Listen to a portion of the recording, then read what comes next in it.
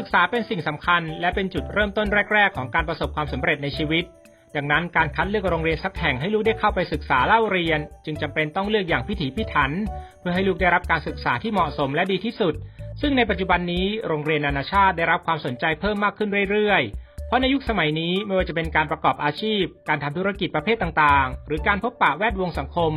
ล้วนแต่ต้องเจอกับชาวต่างชาติทั้งสิ้นไม่มากก็น้อยนั่นเอง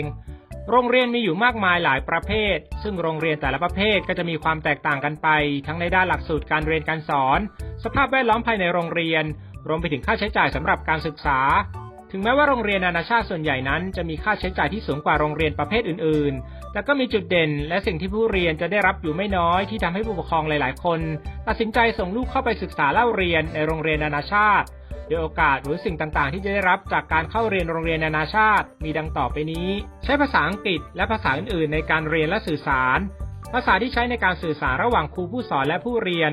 รวมไปถึงภาษาที่ใช้ในการเรียนการสอนของโรงเรียนนานาชาตินั้นจะใช้ภาษาอังกฤษเป็นหลักหรือในโรงเรียนนานาชาติบางแห่งก็อาจจะเลือกใช้ภาษาอื่นๆตามแต่ที่โรงเรียนนานาชาติแห่งนั้นได้กำหนดเอาไว้ซึ่งการใช้ภาษาต่างประเทศเป็นหลักก็จะช่วยให้ผู้เรียนสามารถเรียนรู้ภาษาได้อย่างรวดเร็วและคุ้นชินกับการใช้ภาษาต่างประเทศเพื่อการสื่อสารในอนาคตมากยิ่งขึ้นหลักสูตรเป็นสากลและได้การยอมรับจากนานาชาติหลักสูตรการเรียนการสอนที่โรงเรียนนานาชาติเลือกใช้นั้นจะเป็นหลักสูตรสากลซึ่งเป็นที่ยอมรับในระดับนานาชาติไม่ว่าจะเป็นหลักสูตรอเมริกันหลักสูตรสหราชอาณาจักรหรือระบบนานาชาติโดยหลักสูตรที่แยกย่อยออกมานี้จะแตกต่างกันที่รูปแบบการเรียนการสอนเช่นเน้นเรียนมากกว่าการทำกิจกรรมหรือเน้นสร้างความรู้ผ่านการทำกิจกรรมเป็นต้นสภาพแวดล้อมดีเยี่ยมเหมาะแก่การเรียน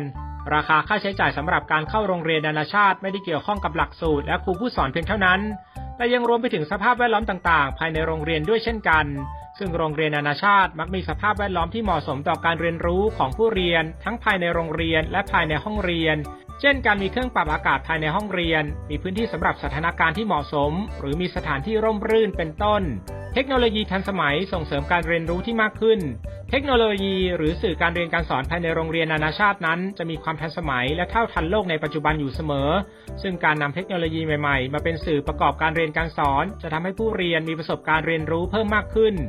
คอนเนคชั่นกว้างขวางผู้เรียนภายในโรงเรียนนานาชาตินั้นค่อนข้างมีความหลากหลายไม่ว่าจะเป็นด้านเชื้อชาติวัฒนธรรมด้วยความหลากหลายเหล่านี้เองจึงทำให้ผู้เรียนมีโอกาสสร้างคอนเนคชั่นได้อย่างกว้างขวางซึ่งการมีคอนเนคชั่นกระจายอยู่ทั่วทุกมุมโลกจะช่วยในด้านการหางานหรือการขอคำแนะนำดังนั้นโรงเรียนนานาชาตินับเป็นอีกตัวเลือกหนึ่งของสถานที่ศึกษาที่พ่อแม่ในปัจจุบันนี้ให้ความสนใจกันไม่น้อยเพราะนอกจากทำให้ลูกได้พบเจอเพื่อนต่างเชื้อชาติหลากหลายวัฒนธรรมแล้วหลักสูตรการศึกษาที่โรงเรียนนานาชาติเลือกใช้ยังเป็นหลักสูตรสากลที่มีการยอมรับระดับโลกอีกด้วยซึ่งสิ่งนี้เปรียบเสมือนสอนนำทางที่จะนำพาโอกาสประสบความสำเร็จในต่างประเทศมาให้แก่ลูกๆของเรานั่นเอง